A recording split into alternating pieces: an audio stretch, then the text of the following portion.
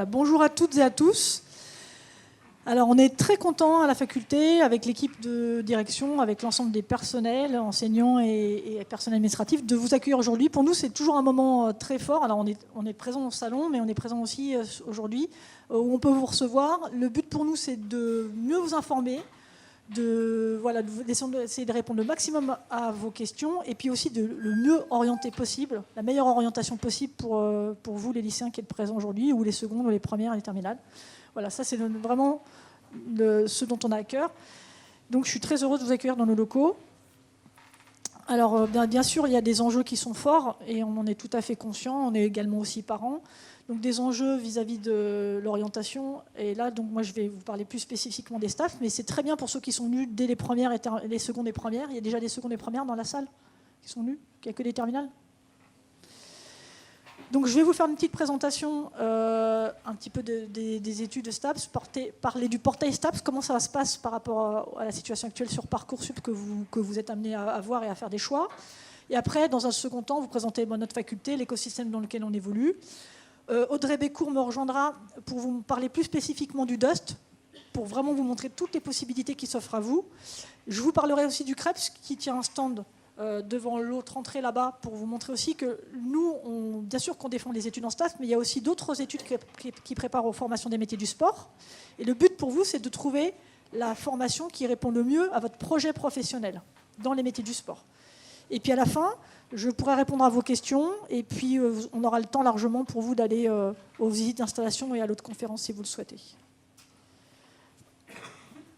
Alors pour vous présenter d'abord l'écosystème dans lequel on évolue, ici, vous êtes à l'Université de Lille. Donc, l'Université de Lille, c'est une des plus grandes universités au niveau national, voire peut-être même la plus grande. C'est 78 000 étudiants. Donc, pour nous, ce qui est intéressant, c'est qu'on a un écosystème qui est très riche. On a beaucoup de services qui sont proposés aux étudiants. On est énormément accompagnés avec beaucoup de choses qui sont proposées gratuitement. Donc, ça veut dire que vous êtes quand même dans un milieu qui est assez puissant. Et il y a déjà plus de 7000 personnels qui sont là pour accompagner les étudiants. Dans cette université, vous avez des composantes qui s'appellent des unités de formation et de recherche, et vous allez avoir une dizaine de composantes dans laquelle on se situe. Et donc on est dans une UFR qui s'appelle des sciences de santé et du sport, et qui regroupe 5 facultés. Et donc nous, on est la jaune, la 5e faculté, et on est donc avec toutes les études de santé, ingénierie de management de la santé, médecine, odontologie et pharmacie. Et cette UFR, dans l'Université de Lille, ça correspond déjà à 23 000 étudiants. Donc on a un poids considérable, on est une UFR forte dans l'Université de Lille, on représente déjà une grande partie, et avec aussi un nombre de personnels conséquent pour accompagner les étudiants dans leurs projets. Et donc on arrive après la faculté des sciences du sport et de l'éducation physique, plus proprement dit, où on a 2600 étudiants en comptant la formation continue, 60 enseignants ou enseignants-chercheurs dans l'équipe pédagogique, et 38 personnels administratifs et techniques pour accompagner tous les cursus de formation qu'on a chez nous. Alors à l'université, nos missions, elles sont principalement la formation, la recherche et la professionnalisation. Alors la formation, on est ouvert en fait à tous les publics de formation. On accueille des publics en formation initiale, on accueille aussi des apprentis, on est ouvert en apprentissage, et on accueille aussi la formation continue. C'est ce qu'on appelle la formation tout au long de la vie. Ça veut dire qu'on a des bacheliers de l'année qui rentrent, mais on a aussi des personnes qui sont insérées, qui reviennent chercher des compléments de formation, et qu'on a d'anciens étudiants qui reviennent. Voilà, c'est donc une possibilité offerte pour vous, peut-être un autre moment aussi de se retrouver ici, en formation. On a aussi la spécificité de la recherche par rapport à d'autres organismes de formation qui existent. Nos enseignants, notamment nos enseignants-chercheurs, ils vont communiquer aux étudiants les dernières avancées de la recherche dans ce domaine. Par exemple, sur l'entraînement, les meilleures techniques de récupération, c'est quoi actuellement, ce qui est reconnu. Et donc, ils font cours avec ces dernières connaissances et méthodes scientifiques. Et puis, la professionnalisation, ça, c'est un point fort de l'Université de Lille. Ça veut dire qu'on a à cœur d'accompagner, de former en compétences nos étudiants et de les accompagner dans l'insertion. Ça veut dire que dans toutes les maquettes de formation, quel que soit le niveau, il y a une unité d'enseignement qui est consacrée, qui s'appelle l'aide et l'accompagnement à l'insertion professionnelle, dans laquelle on prépare nos étudiants, dans laquelle on a des stages, dans laquelle on a des interventions de professionnels qui sont importantes dans nos formations et de mise en situation pour vraiment avoir une montée en compétences. Donc sur le portail STAPS, puisque vous êtes amené à un moment donné plus ou moins proche de découvrir Parcoursup, Donc on est maintenant dans la deuxième phase. Donc j'imagine la plupart d'entre vous, vous êtes peut-être allés au salon d'étudiants. On vous a expliqué un petit peu le process et puis vous êtes accompagnés aussi dans vos lycées sur Parcoursup. Ça, c'est exactement les éléments qu'il y a sur Parcoursup. Donc on est dans la phase 2 dans laquelle vous êtes amenés à continuer de bien vous informer, vous orienter pour pouvoir faire les vœux au fur et à mesure. Et donc dans cette phase-là, vous pouvez donc découvrir, vous informer, consulter les différents auteurs. Et là, nous, on est là aujourd'hui pour aller un peu plus fin encore dans le degré de précision dont vous avez besoin pour la formation ici. Et après, bien sûr, vous avez une troisième phase dans laquelle vous allez finaliser votre dossier. Il faudra bien veiller à mettre les pièces justificatives quand ça vous est demandé. Et puis, vous avez une phase complémentaire à tout à la fin. Pour finaliser, le but du ministère, c'est d'accompagner le plus grand nombre de lycéens vers les choix les plus proches possibles de ces choix initiaux pour l'enseignement supérieur. Alors pour les STAPS, en fait, nous avons donc un certain nombre d'attendus et les attendus ont été définis d'un point de vue national avec l'ensemble des STAPS de France. Et les 5 attendus sont les mêmes pour tous les STAPS de France, avec la même façon de traiter les différents éléments. Donc vous avez les 5 attendus que vous connaissez sûrement déjà, c'est qu'on va être vigilant sur les compétences scientifiques, qu'on va regarder au travers notamment des bulletins, sur les matières plus scientifiques. Le deuxième point, ça va être sur les compétences, davantage sur les matières littéraires, matières sciences humaines. Donc on va regarder aussi les relevés de notes sur les bulletins de première et terminale pour le début. Le troisième point, ça va être davantage qualitatif, où on va regarder si vous avez un investissement dans le monde sportif, est-ce que vous aviez une option, est-ce que vous pratiquez en dehors, est-ce que vous êtes en club, depuis combien de temps, à quel niveau, est-ce que vous êtes sportif de haut niveau, et tout ça, ça va rapporter des points à condition de fournir les attestations. Ça veut dire que c'est vraiment indispensable pour vous d'aller chercher l'information et l'attestation, de mettre une photocopie de la licence, de mettre une attestation du club comme quoi vous jouez, pour pouvoir avoir les points. S'il n'y a pas d'attestation, il n'y a pas de points. Pour le quatrième attendu, c'est montrer que vous êtes déjà investi, que vous avez déjà un engagement associatif, citoyen, que vous avez déjà eu une formation de premier secours, BNSSA, vous êtes arbitre, vous êtes juge, vous avez le BAFA. Tous ces éléments-là vont rapporter des points aussi, parce que c'est des éléments dont on a besoin dans les futurs métiers, parce qu'on est dans du face-à-face, en fait, avec les pratiquants ou les professionnels. Et donc là, pareil, il faut les attestations. Sinon, malheureusement, il n'y a pas de points. Et puis le cinquième point, c'est la fiche à venir. C'est l'évaluation des méthodes de travail, des compétences que vous avez au travers de la fiche à venir dont on prend connaissance. Et de votre capacité, donc derrière, de pouvoir réussir. Donc ces 5 points-là, alors il y a une partie de ces éléments-là qui sont générés avec des grilles qui sont proposées dans Parcoursup. Et il y a une dernière phase qui est qualitative que nous, on a, de traitement ici, de l'ensemble des candidatures que l'on fait notamment avec les attestations. Et si vous voulez plus de détails sur comment sont traités les points, vous pouvez flasher, on le mettra aussi sur le site de la fac. Ça vous renvoie sur un document qui est proposé par l'ensemble des doyens directeurs de STAPS. Il y a la lisibilité totale sur la manière dont sont faits les calculs pour vraiment une lisibilité totale, vous montrer vraiment comment ça se passe au niveau national. Alors concrètement pour vous, ça veut dire que pour entrer en L1 STAPS, donc si vous vous posez la question est-ce que je suis fait pour les études en STAPS, alors sur le site de la faculté, vous avez un petit quiz qui vous est proposé, vous pouvez très bien tester, et puis à la fin ça vous donne un score et ça vous dit si oui ou non vous êtes fait pour les études en STAPS. Mais si vous intéressez aux sciences de la vie, mais aussi aux sciences humaines, si c'est quelque chose qui vous plaît, si vous avez en plus un goût avéré pour la pratique physique, vous aimez pratiquer, souvent c'est une passion et vous voulez en faire votre métier. Si vous avez aussi quand même une certaine aptitude aux exercices physiques et sportifs intenses et variés, parce que vous allez devoir en avoir dans votre cursus, donc il faut quand même avoir quand même un certain niveau, physique. Si en plus vous pratiquez une activité physique régulière à côté, parce que ça va être demandé aussi dans votre cursus de formation, et que vous avez donc une activité sportive de prédilection, eh ben, vous avez de fortes chances d'être pris, et donc ça veut dire que vous êtes plutôt fait pour les études en STAPS. Si vous avez besoin d'informations sur les métiers, parce que c'est bien, vous allez rentrer, la plupart vous allez rentrer peut-être en première année, mais vous ne savez pas trop exactement ce que vous voulez faire. Alors ça, c'est un jeu que je vous invite à télécharger. C'est un jeu qui a été construit par l'ensemble des ministères et des branches professionnelles, qui permet de présenter un peu la palette des métiers du sport qui existent. C'est un jeu pour les jeunes, hein. C'est un serious game.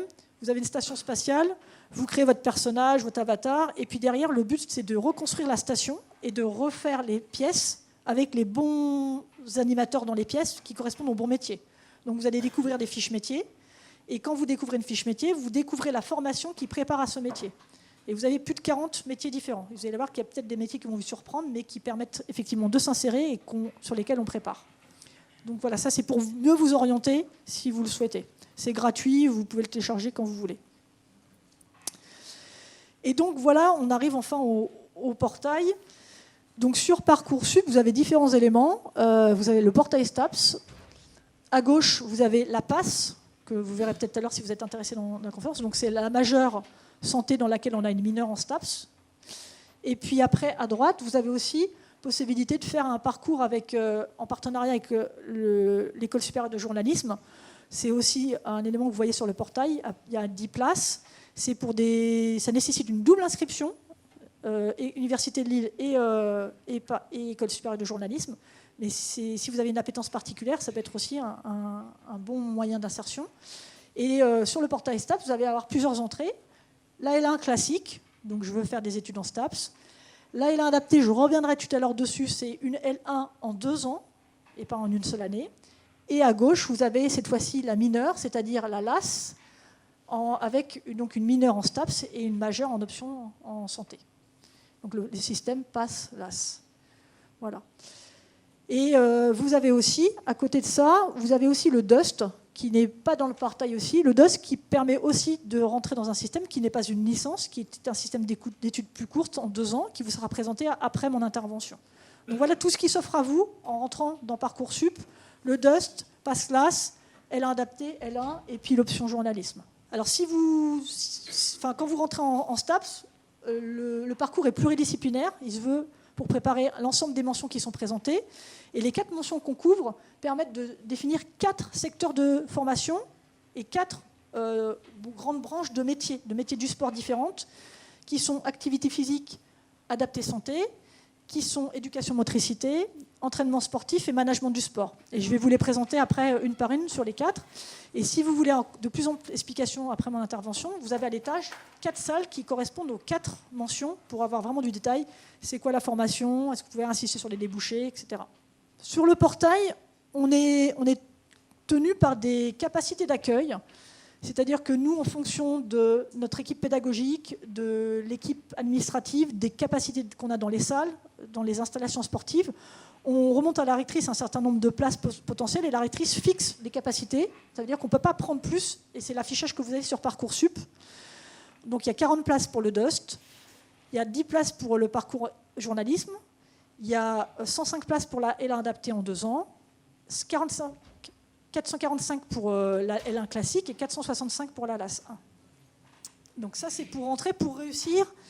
Donc pour réussir, la première règle, c'est d'abord de suivre et d'aller en cours, parce que malheureusement, on se rend compte qu'on a un certain nombre d'étudiants qui sont rentrés, mais qui finalement sont pas trop présents, et puis finalement abandonnent. Alors pour plein de raisons, parce que peut-être des fois, ils se sont trompés de choix, parce que finalement, ce n'est pas ce qu'ils attendaient, parce qu'il ne suffit pas d'être bon en sport pour réussir. Ça veut dire qu'il y a aussi d'autres matières. Donc si vous pensez que c'est peut-être pas le STAPS la meilleure formation pour arriver à votre projet de métier dans le sport, et on verra qu'il y a aussi le CREPS, il y a aussi peut-être d'autres formations. Mais si on s'engage en STAPS, c'est pour faire un cursus soit 2 ans, soit licence 3 ans. Ça veut dire qu'on ne s'engage pas sur du très court terme, on s'engage pour un parcours de formation qui dure 1 an, 2 ans ou 3 ans. Et donc, ça nécessite de s'investir, d'aller en cours et de passer des examens. Et donc, on a des étudiants, malheureusement, qui abandonnent parce qu'ils ont cru que simplement, peut-être qu'être bon au football suffisait, mais ça ne suffit pas. Et puis, la deuxième règle, c'est aussi, on met en place des systèmes d'aide à la réussite que je vais vous présenter. Et malheureusement, les étudiants qui en ont le plus besoin ne vont pas sur ces systèmes d'aide qui sont proposés gratuitement. Et c'est là aussi où on insiste sur le fait que si vous pensez que ça sera peut-être difficile, ne vous inquiétez pas, on est là pour vous accompagner. Il y a ces systèmes d'aide qui sont mis en place, mais il faut y aller. Donc sur les aides qui sont proposées, on a le programme régional de réussite en études longues, c'est le PREL, c'est la région qui nous finance, du tutorat, donc on a des tuteurs qui sont des licences 2 jusqu'au master, on a 12 tuteurs qui sont là pour accompagner donc, sur des premières années, L1 et L1 adapté. Et il y a des mises en place avec des rendez-vous et aussi de la visio par Zoom qui permettent de retravailler les cours, ce qui n'a pas été compris, d'échanger, de discuter. Donc c'est vraiment du suivi avec du tutorat. Donc ça, c'est vraiment très apprécié. Et après, on voit bien que sur la deuxième partie, on a un autre tutorat qui est mis en place, qui était une volonté aussi pour nous de compléter le système de la région. Et en fait, on a très peu de demandes. On a une seule étudiante tutorée, en tutorat, qui est tutrice, parce qu'on a eu que 4 demandes. 3 L2 et une en L3 passe, alors qu'on a encore possibilité financière de financer, parce que le tutorat est financé pour les étudiants. Et donc voilà, si vous êtes en STAPS, n'hésitez pas à solliciter le tutorat pour être accompagné pour la réussite. Dans le cadre des études en STAPS, vous avez donc des matières physiques, des matières, des disciplines, d'autres disciplines qui ne sont pas des pratiques physiques. En gros, vous avez une activité de spécialisation, qui est l'activité dans laquelle vous devez être le meilleur. Ça veut dire que c'est l'activité dans laquelle vous pratiquez peut-être actuellement. Vous allez avoir cours tous les jeudis matins, théorie, pratique, et puis la compétition universitaire le jeudi après-midi. Et on a 16 activités qui sont proposées, dans lesquelles on a des équivalences avec des ligues, de manière à pouvoir avoir des diplomations et des passerelles, qui vous fait que vous pouvez réussir à avoir un double diplôme, donc à la fois la licence STAPS et à la fois un diplôme d'initiateur, de moniteur ou autre dans les différentes fédérations qu'on a en partenariat. Donc ça, c'est une plus-value dans l'insertion. Mais par contre, si vous n'êtes pas sur une de ces activités-là, vous êtes quand même amené à choisir une pratique d'option et vous serez amené à changer de pratique. Par exemple, ceux qui font équitation, on ne fait pas équitation, on ne peut pas tout faire. Ça veut dire que vous serez amené à changer de pratique pour être sur la spécialisation. Et à côté de ces cours du jeudi, sur les autres matinées, il y a aussi une pratique de 4 activités au premier semestre et 4 au second semestre, mais qui ne sont pas des activités donc théorie pratique, mais qui ne sont pas des activités physiques en tant que consommateur. On n'est pas là pour refaire des cours du lycée, ça n'a rien à voir. C'est des activités où vous allez pratiquer, dans lesquelles vous allez travailler la pédagogie, la manière d'enseigner l'activité, la manière d'utiliser l'activité pour développer les capacités physiques. Voilà, c'est une autre approche qui est faite sur un certain nombre de pratiques qui fait que vous avez quand même un niveau de condition physique qui est important à avoir pour pouvoir tenir les études en STAPS. Alors donc, comme je vous l'ai dit, être bon en sport, ça ne suffit pas. Ça veut dire qu'à côté, vous avez des matières telles que l'anatomie, la physiologie, la psychologie, l'économie, l'histoire, l'anglais, et d'autres, qui fait que si vous pensez uniquement travailler avec les matières et compenser avec les matières sportives, ça ne sera pas possible. Donc, il faut bien que vous soyez éclairé là-dessus. Il faut travailler à côté et ça nécessite aussi un investissement pour pouvoir réussir. Sur les différentes mentions qui s'offrent après à la fin du portail de première année, vous êtes amené à choisir une des 4 mentions. Donc vous allez être guidé durant cette première année pour choisir ces 4 mentions qui correspondent aux 4 secteurs que je vous ai présentés tout à l'heure. Donc sur la première mention, c'est la mention activité physique adaptée et santé. Donc ça concerne, donc vous avez connaissance des secteurs d'activité, des métiers, des débouchés. C'est essentiellement l'encadrement et l'utilisation de l'activité physique pour la prise en charge de publics sains ou pathologiques en relation avec la santé. Ça peut être des personnes en situation de handicap, ça peut être de la réathlétisation, des personnes âgées, des pathologies, du diabète, obésité.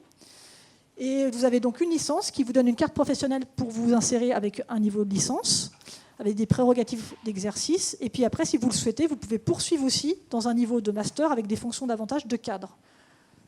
Donc sur cette licence, les enquêtes d'insertion que l'on fait nous donnent différents chiffres que je vais vous montrer pour chaque licence. Donc on voit qu'on a 45% à l'issue de la licence qui vont s'insérer directement et qu'on a quand même 39% qui décident de continuer sur le master et qu'au final, il ne reste pas énormément d'étudiants qui sont sans emploi. Donc c'est une licence aussi qui permet bien d'insérer. Et sur les champs d'insertion à droite, on voit que là, le secteur essentiel, c'est le secteur du sport et de la santé, bien sûr, de par la licence, mais on voit aussi qu'on a d'autres secteurs qui sont couverts. Ça veut dire qu'en fait, on va voir que ça ne sera pas toujours le même rond qui sera le prédominant en fonction des licences, mais que nos étudiants n'ont pas qu'un unique secteur pour s'insérer et peuvent toucher à chaque fois au moins 4-5 secteurs d'insertion avec leur licence. Sur la seconde licence, sur l'entraînement sportif, donc cette fois-ci, c'est davantage la notion d'entraîneur, de directeur, tout ce qui tourne autour des associations, des clubs dans le domaine de l'entraînement, quel que soit le niveau, du premier niveau jusqu'au niveau. On a donc c'est le coaching, le professorat, on a différentes possibilités qui s'offrent. Et là, à la fois dans les secteurs des associations, mais aussi dans les secteurs privés. Et là, si on regarde, on a aussi la licence qui nous permet d'avoir une carte professionnelle et d'avoir des prérogatives d'exercice pour être rémunéré. Donc on peut s'insérer avec le niveau licence, et aussi possibilité offerte si on souhaite de continuer sur un niveau master. Et donc là, cette fois-ci, on voit qu'en termes d'insertion, on a plus de la moitié, 55% qui s'insèrent, qui arrêtent avec le niveau licence. On a 35% des étudiants qui continuent sur le niveau master, et on a moins de 10% qui sont sans emploi. Et les enquêtes sans emploi, c'est dans les 3 premiers mois. Donc rien ne dit qu'ils n'ont pas trouvé à 4 mois ou à 5 mois. Et là, on voit qu'au niveau des secteurs, ce n'est pas le même secteur qui est prépondérant. Donc on est plus, bien sûr, sur le secteur du sport et de l'entraînement, mais qu'on a toujours au moins 4 secteurs qui sont potentiellement d'insertion, ce qui est toujours une des plus-values du STAPS, c'est-à-dire qu'on est capable, en étant pluridisciplinaire, de s'insérer dans différents secteurs, différentes branches professionnelles. La troisième, sur le management du sport, donc on est davantage sur la notion donc, du management d'équipe, management de structure, de la communication, la création d'événements dans le monde sportif, le tourisme. Et cette notion de gestion de management, elle est omniprésente donc. Et on va aussi également retrouver la licence et aussi un niveau master. Et dans le niveau master, on a aussi un point fort qui est donné sur l'international avec des parcours à l'international qui sont proposés en relation avec des partenaires dans d'autres continents dans lesquels nos étudiants peuvent à la fois se former et puis aller s'insérer sur les parcours de formation. Et donc on voit sur la licence management, on a à nouveau bien sûr un secteur phare et qu'on a toujours encore 4 au moins omniprésents derrière qui font qu'on couvre bien avec l'ensemble des licences STAPS les différents secteurs professionnels qui existent pour l'insertion de nos étudiants. On voit que pour le master management, 35% sont directement en emploi. Et par contre, c'est beaucoup plus la poursuite d'études en master qui permet d'avoir le même taux d'insertion que les autres, mais sur une poursuite avec un niveau master. Et enfin, la licence mention éducation motricité. Donc, c'est davantage la licence qui ouvre au métier de l'enseignement. Donc, le concours du CAPEPS, l'éducation nationale, et aussi tout le monde, le milieu périscolaire, les autres enseignements d'éducateurs, des activités dans les collectivités ou dans le privé aussi. Et donc là, vous avez aussi le niveau licence éducation motricité. Et puis après, derrière, vous avez le master MIF qui correspond au master dans lequel vous êtes préparé aussi au concours. Et donc là, bien sûr, on retrouve en point phare le secteur de l'éducation. Mais on a encore d'autres secteurs omniprésents parce qu'il n'y a pas que le concours du CAPEPS qui peut être un des débouchés de cette branche-là. Voilà, donc après avoir présenté les mentions de licence, je reviens aussi sur la licence adaptée. Je vous avais dit tout à l'heure, on avait le DUST, la licence 1. La licence adaptée, c'est une licence qui a été créée pour répondre à un besoin de lycéens, de dire je ne suis peut-être pas prêt à... parce que le niveau d'exigence va être peut-être élevé par rapport à mes compétences actuelles, et je suis prêt à le faire à la licence, mais j'ai besoin d'un aménagement spécifique qui fait que cet aménagement, on l'a découpé sur 2 années pour valider la première année.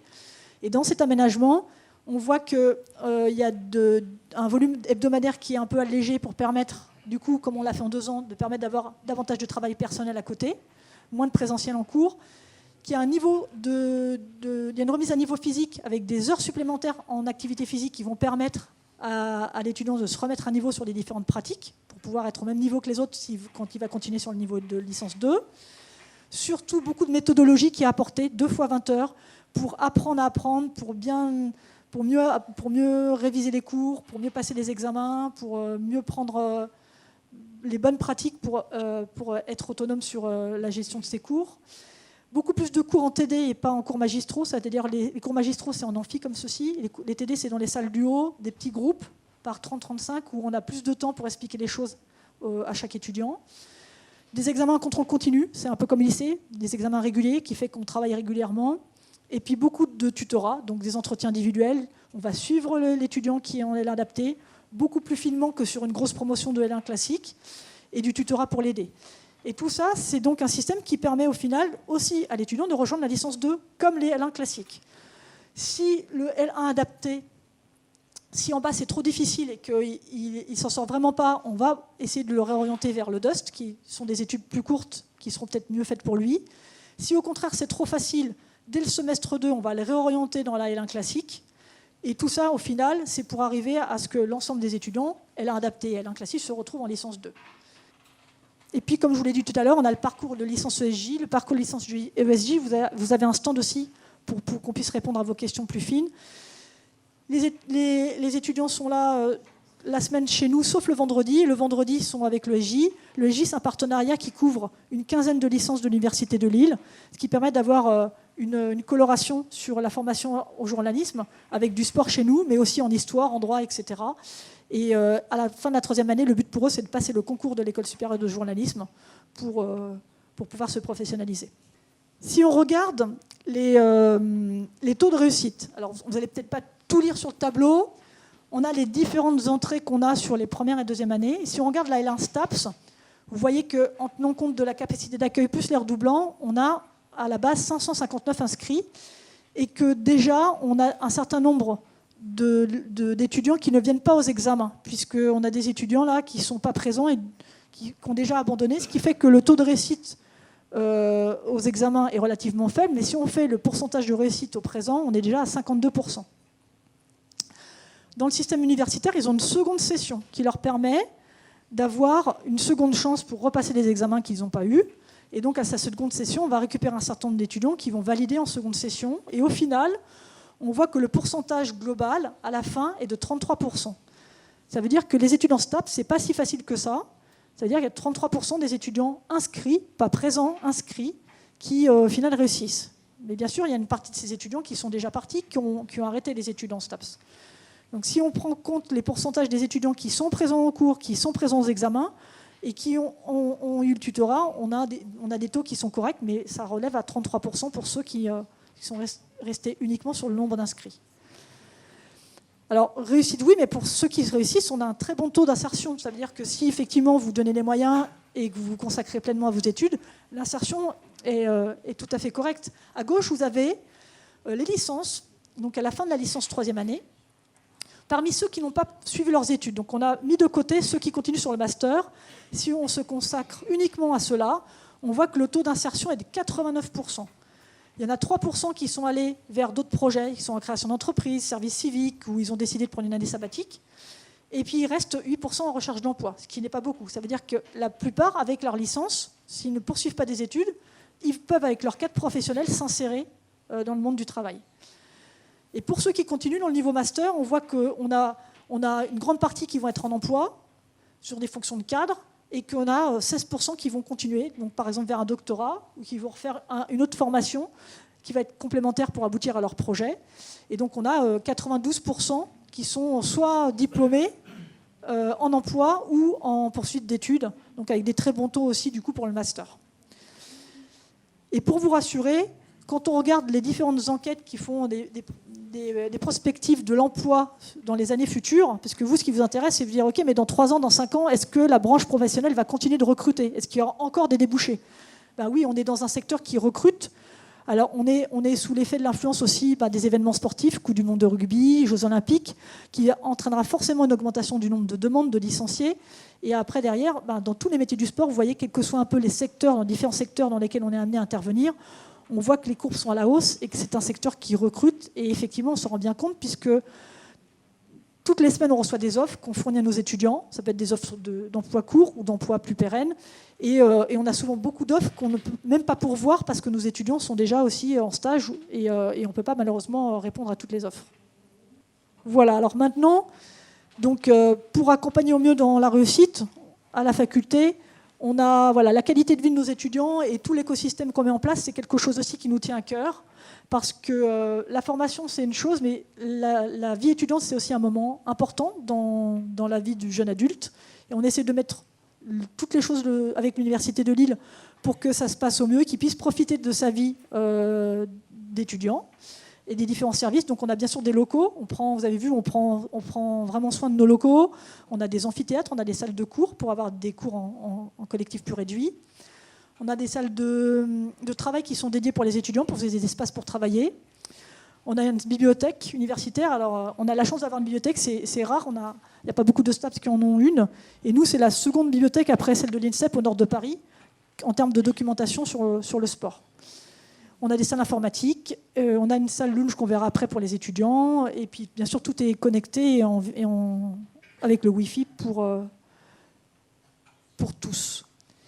Donc vous avez des amphis, on a des grands amphis, des petits amphis, vous verrez aussi peut-être l'amphi 6 tout à l'heure, pour les cours magistraux.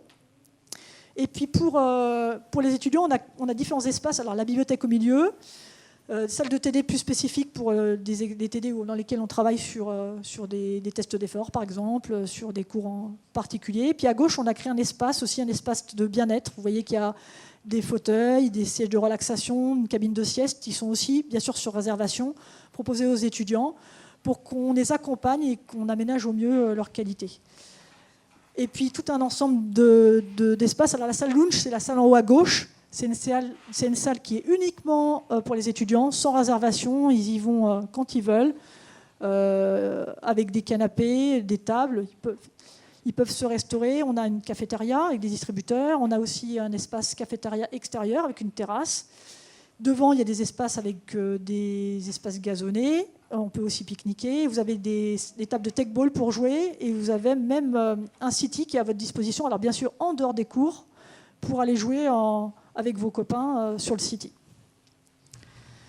Et puis comme la formation est aussi ancrée sur nos pratiques, on a accès, on bénéficie quand même d'un certain nombre de salles d'activité physique. Alors on a un dojo qui a la salle de Berre sur l'île, on a un terrain de foot synthétique ici, une aile de tennis couverte, une piscine.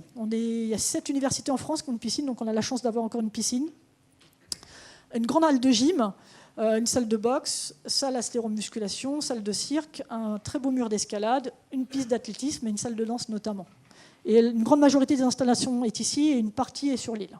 Voilà, et donc avant de laisser la parole à Madame Bécourt, juste pour vous dire, si vous voulez d'autres informations, hormis celles que vous aurez aujourd'hui, vous avez 3 sites internet, puisque vous avez vu qu'on avait une tutelle avec un UFR. Donc vous avez une université de Lille, bien sûr, pour vous orienter. Vous avez le site de l'unité de formation de recherche en sciences de santé et du sport. Vous allez aussi avoir des infos. Et notre site de la faculté en bas.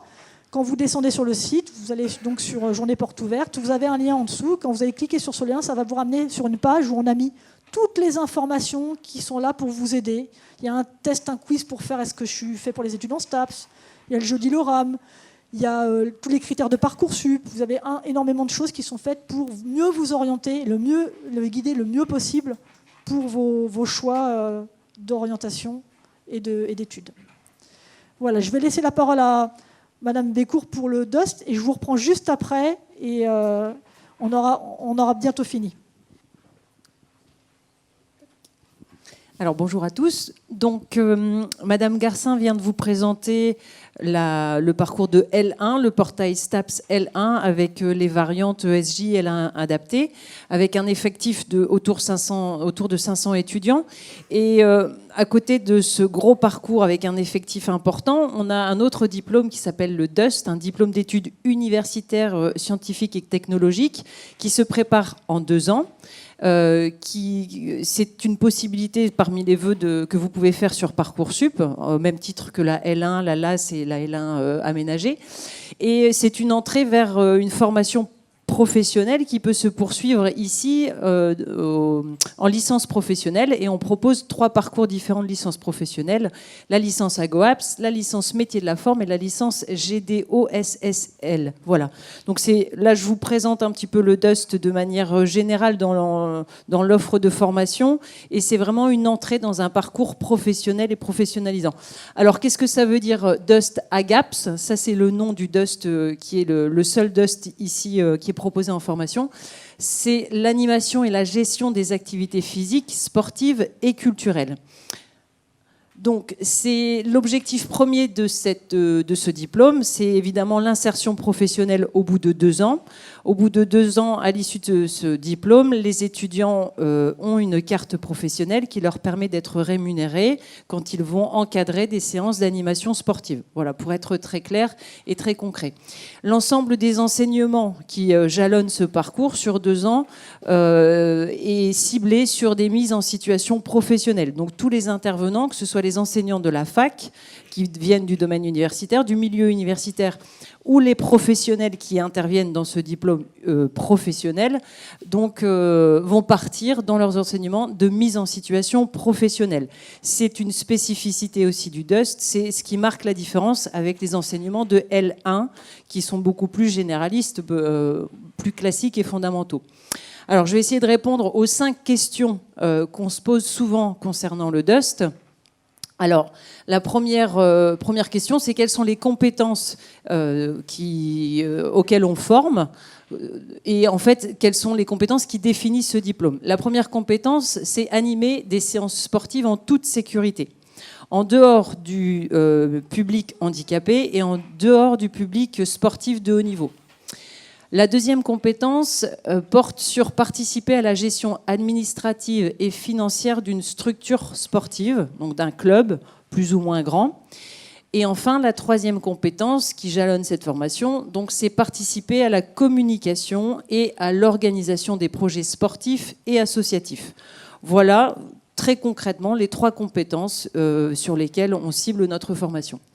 Quels sont les emplois à l'issue de ce DUST 2 ? Puisque le premier objectif, c'est de s'insérer directement professionnellement à l'issue de ce DUST. Eh bien, c'est tout simplement le métier d'éducateur et d'animateur sportif qui peut prendre plusieurs couleurs, forcément, en fonction des structures qui vont employer ce jeune éducateur ou ce jeune animateur. Donc, on a l'obtention de la carte professionnelle que je vous ai déjà présentée juste avant. Et l'objectif, qu'est-ce que c'est ? C'est d'encadrer un public, donc de jeunes ou de moins jeunes, dans un parc, dans une structure, dans un club omnisport ou à l'occasion de l'espace éducatif ou dans des mairies, des structures, aussi des structures privées. Par exemple, toutes les salles de sport pour les jeunes, pour les animateurs. Ensuite, quelles sont les modalités de recrutement ? Et quelles sont les structures ? Je viens d'y répondre. Donc, les structures qui emploient ces animateurs, les collectivités territoriales, les structures privées, les salles d'escalade, les salles de trampoline, les escape games, les salles d'animation, les parcs départementaux, il y en a plein, les grands clubs sportifs, les clubs omnisports et les groupements d'employeurs. Quelles sont les modalités de recrutement ? Eh bien, ce sont exactement les mêmes que les critères de la L1. Les 5 critères qui vous ont été présentés juste avant. Donc, la moyenne dans les matières scientifiques, la moyenne dans les matières littéraires, le parcours citoyen, la fiche à venir et l'investissement sportif. On a 45 places en DUST 1 et on étudie autour de 1000 demandes chaque année. Enfin, quelles sont les chances de réussir ? Malheureusement, en première année, on a toujours 50% d'échecs ou 50% de réussite. Pourquoi ? C'est l'effet première année à l'université, c'est une nouvelle méthode de travail, beaucoup plus d'autonomie, c'est l'éloignement, c'est peut-être un choix qui mérite d'être réfléchi. Et puis c'est aussi, malheureusement, comme c'est un diplôme qui a la connotation universitaire, c'est la différence peut-être avec le BPGEPS, c'est qu'on est à l'université, on a des savoirs un peu plus fondamentaux, un peu plus théoriques, comme l'anatomie, la physionomie, la physiologie, la bioméca et la condition physique qui amènent quand même donc qui sont des savoirs scientifiques. Donc ça c'est la chose un petit peu difficile en première année qui explique la différence d'effectifs entre la première et la deuxième année. En deuxième année, on a un groupe de 20 à 25 étudiants, donc il n'y a pas de cours en amphi, on n'a qu'un groupe de TD pour toute l'année avec un ensemble d'enseignants qui les suit toute l'année. Alors concrètement, comment elles s'organisent cette année, ces 2 années, comment elles s'organisent ? Donc si on essaie de déchiffrer un petit peu les 3 flèches qui sont là-haut, en haut, en vert, vous avez l'année de DUST 1 qui se découpe de septembre à juin. De septembre à janvier, les étudiants ont cours le lundi, le mardi, le jeudi et le vendredi.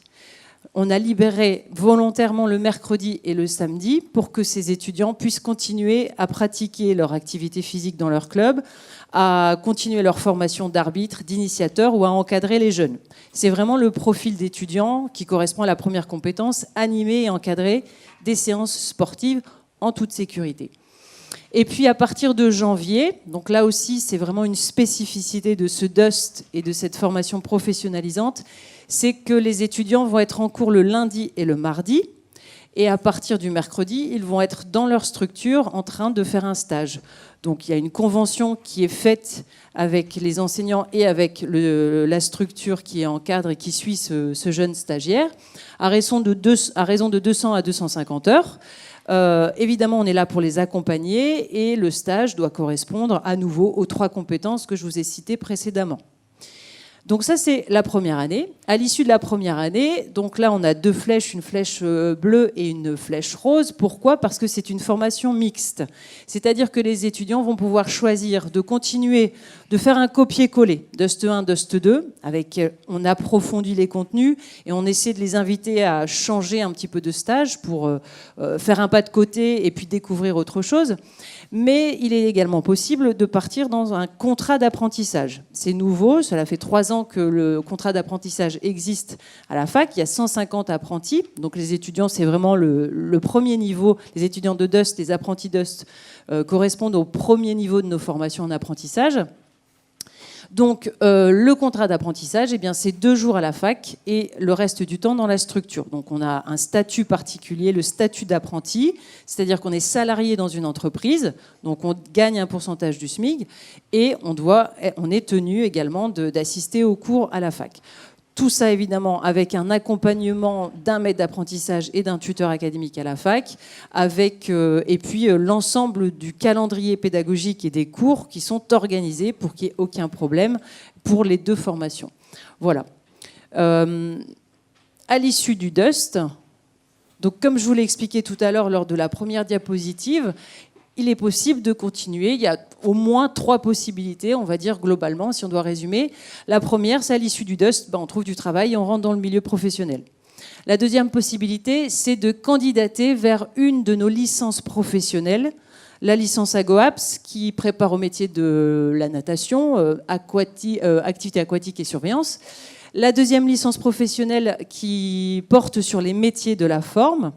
Et enfin, la 3e licence professionnelle qui est vraiment en lien direct avec le DUST AGAPS, c'est la licence Gestion et développement des organisations, des services sportifs et des loisirs. Et puis après, il est possible de candidater dans un des masters.